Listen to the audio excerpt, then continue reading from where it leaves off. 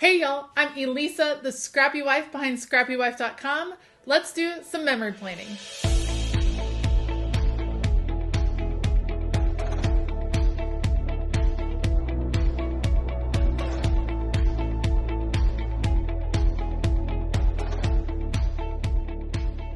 All right, today I'm doing 2 weeks of memory planning, and we're going to go with some sports themes because it is the fall, and that is what our lives are kind of centering around. So we are going to do, I think the first week we will do soccer, the second week we will do baseball using papers from Colorplay, which make it really easy to kind of pull these together. So it'll be simple, it'll be quick, but it'll get those memories down on paper.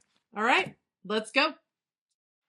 There are a few different angles that you can take with your memory planning. You can document every picture from the week. You can tell every event that happened and kind of go through the details of the week, almost as if you were doing what we call back planning, which is writing out all of the events that happened after the fact. That is certainly one way to go, and I've done that on multiple weeks. There's also a way to truly tell a story, like highlighting one story a week or one theme that's happening in life. All of the pictures that I am working with right here, they don't necessarily have to do with soccer. There are a lot of soccer pictures for this particular week, but it's telling the story of how much of our lives has to do with soccer. And for the next layout, it'll tell the story of a bigger, larger story of baseball that was going on. And I like doing this every now and then because you can get caught up in the nitty gritty details, the ins and outs of every day, highlighting those moments. But also, I kind of want to encompass what our lives were focused on in these particular weeks. I started off this spread like I do many spreads, and that would be by matting all of the different pictures. I had a ton from this week, and then I used some of the cut aparts. These kits from Colorplay, Photoplay, they're really great for your memory planning because you can pick and choose to highlight different stories. So I cut apart the card kits, and that is going to serve almost as the background, and then I'm going to layer photos in and around where those cards are going to go. And you can see me kind of playing with the placement of photos. In this case, it's not all lined up with the particular day that that the photo was taken, because this was a lot of the weekend. So I'm spreading it throughout the week and still kind of planning for where the journaling can go, but it's still going to tell the story of the week through pictures. And then I can use my words to describe the sports, the focus on soccer, the way the season has started out for my daughter's team, which has been a little rough. It's been one of those what my dad would call character building type seasons, because they're transitioning to a more difficult league. But I like getting to tell this story. I like getting to highlight some of these pictures of her playing, and it's gonna kind of tell that specific story as opposed to the story of everything that happened in that particular week. I will say that my one complaint with the paper that is in this particular kit is that it has a gloss to it, and my Tombow tape runner was not adhering really well. And so I felt like I was ending up wasting the tape runner because it just wasn't sticking. In the next layout, I switched to using glue. I just use really common Elmer's glue, but I just do it really lightly so that it doesn't wrinkle the pages too much. On this layout, once I'm done with figuring out where all of the bigger elements are on the page, there is a sticker sheet that goes with this kit, and I'm just going to pull a few of those stickers to fill in some different spots, to connect some of the different pictures, to cover some of the awkward white spaces, which is always something that I'm kind of looking for, to make sure it's just easier to look at. My next kit, I didn't actually have stickers to go with, which was super disappointing. I definitely thought I did have stickers, and so I had to be a little bit more creative with how I covered up some of those spaces. Don't be afraid to cut apart stickers to make them work for you. For instance, this really long border sticker, I didn't need it to go all the way across, but I am going to cut it into 3 different sections so that I can include it on 3 different parts of the page. Love having that repeated pattern to kind of bring the whole spread together.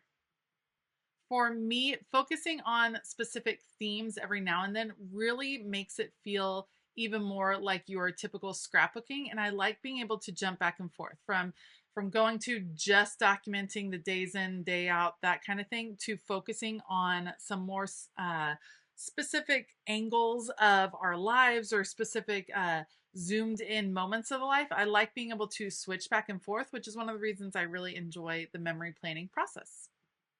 Once I finish getting these stickers in place, the rest of it goes pretty fast. I always use a T ruler to add lines to my spread. I do tend to ignore the vertical lines that are already on the spread. I just kind of go through them, adding all the horizontal lines, and then I'm going to come back with an orange pen this time around just to pick up that color. It happens to be my daughter's favorite color, and since most of the storytelling is about her, I used that color to just do some journaling about that week and about soccer, about track, about all of the sports. It was tons of fun.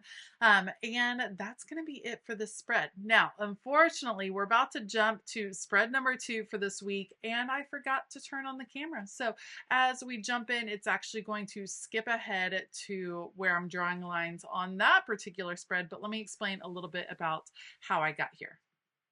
Like I said before, this spread or this kit from Colorplay did not have stickers in it, which I was super disappointed about. I really thought it did when I purchased it. So instead of stickers to cover up some of the more awkward white spaces or to soften some of the corners, I had to cut apart some of the paper. In this case, I cut apart the cards. In the previous spread, I used the cards as background. This time I matted all the pictures. I did a couple of pieces of scrapbook paper torn in the corners, and then I cut apart the cards. I cut words out of the cards. I cut shapes out of the cards to use on this spread in the same way that I would use stickers on the other spread.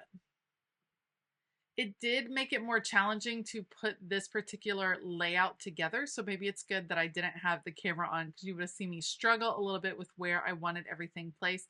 But it still came together in the end. It told the story of the difficult start to baseball season, I guess you would say. It's just been a rough start. One of my sons is playing baseball. He's been waiting a long time for his season to start. And of course, his first 3 practices ended up being rained out or canceled for heat. It was just a crazy weather week on this particular week, and he was so disappointed. And so I just wanted to tell the story of how he had been so dedicated going to all his brother and sisters events, and he was really disappointed that his had not yet started. Luckily, it has started and he is enjoying baseball at this point, but it was definitely a rough weekend with all of the canceled events, especially on his side of things.